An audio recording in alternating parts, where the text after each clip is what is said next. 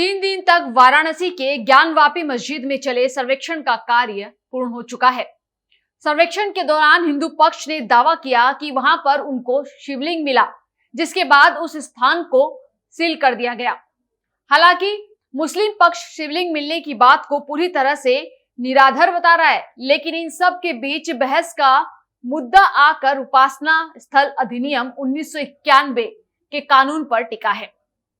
हमारा मकसद इस रिपोर्ट को दिखाने के पीछे साफ है कि आप ठीक से समझ सके उपासना स्थल अधिनियम 1991 कानून के बारे में। दरअसल जिस कानून का हवाला देते हुए AIMIM के अध्यक्ष ओवैसी ने कहा कि 1991 का एक्ट ये कहता है कि किसी भी मजहबी जगह का जो 15 अगस्त 1947 को थी, उसका नेचर और कैरेक्टर नहीं बदला जा सकता। यानी कि मतलब 15 अगस्त 1947 को जो जहां था उसे वहीं का माना जाएगा। लेकिन आपको बता दें कि वाराणसी में ज्ञानवापी परिसर को लेकर सबसे पहला मुकदमा 1936 में दायर किया गया था। यानी कि 1991 में जिस समय ये कानून लाया गया, उसके पहले से ही ये मामला कोर्ट में लंबित है। दूसरी बात, सुप्रीम कोर्ट ने भी साफ कर दिया है कि इस मामले में निचली अदालत में सुनवाई चलेगी। ओवैसी का ये कहना देश अपने ही बनाए कानून को नहीं मान रहा है। हम भी वही कह रहे हैं कि क्यों मुस्लिम पक्ष भारतीय कानून की अवहेलना कर रहा है। अपनी इस रिपोर्ट में हम इसी अधिनियम के बारे में विस्तार से बताएंगे कि आखिर ये कानून है क्या, ये कब अस्तित्व में आया और इसके क्या प्रावधान हैं। भगवान शिव की नगरी काशी में 3 दिन तक चले सर्वेक्षण के अंतिम दिन जब हिंदू पक्ष ने दावा किया कि ज्ञानवापी मस्जिद के वजू खाने में उनको बाबा मिल गए, तो पूरे देश में इस बात की चर्चा शुरू हो गई कि अब इसके बाद क्या होगा। बरसों से नंदी जिस ओर खड़े निहार रहे थे, क्या उस स्थान पर वाकई भगवान विश्वेश्वर विराजमान हैं?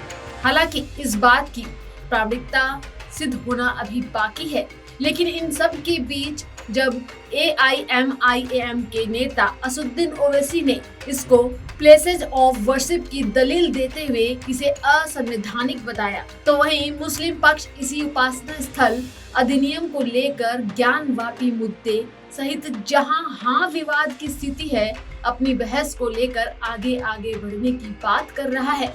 तो चलिए हम आपको बताते हैं कि आखिर ये अधिनियम है क्या।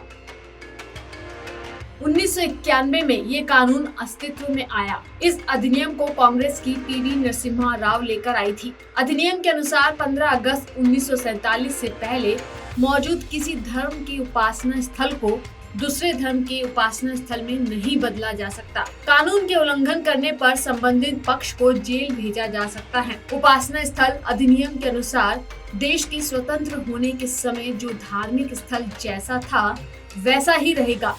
अब सवाल ये उठता है कि आखिर कांग्रेस के PV नरसिम्हा राव को ऐसी क्या आवश्यकता महसूस हुई जिसके कारण उनको देश में प्लेसेस ऑफ वर्शिप एक्ट यानी उपासना स्थल अधिनियम को लाना पड़ा।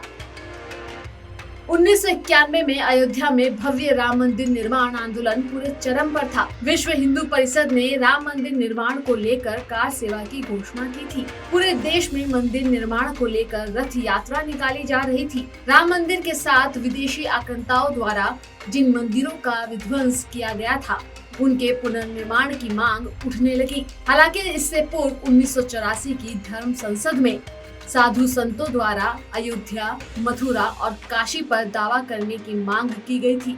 राम मंदिर आंदोलन के बढ़ते प्रभाव और दबाव से कांग्रेस की सरकार घबरा गई और 1991 में इस कानून को लाई। कांग्रेस की सरकार द्वारा लाए गए इस कानून के प्रावधानों को समझने की आवश्यकता है।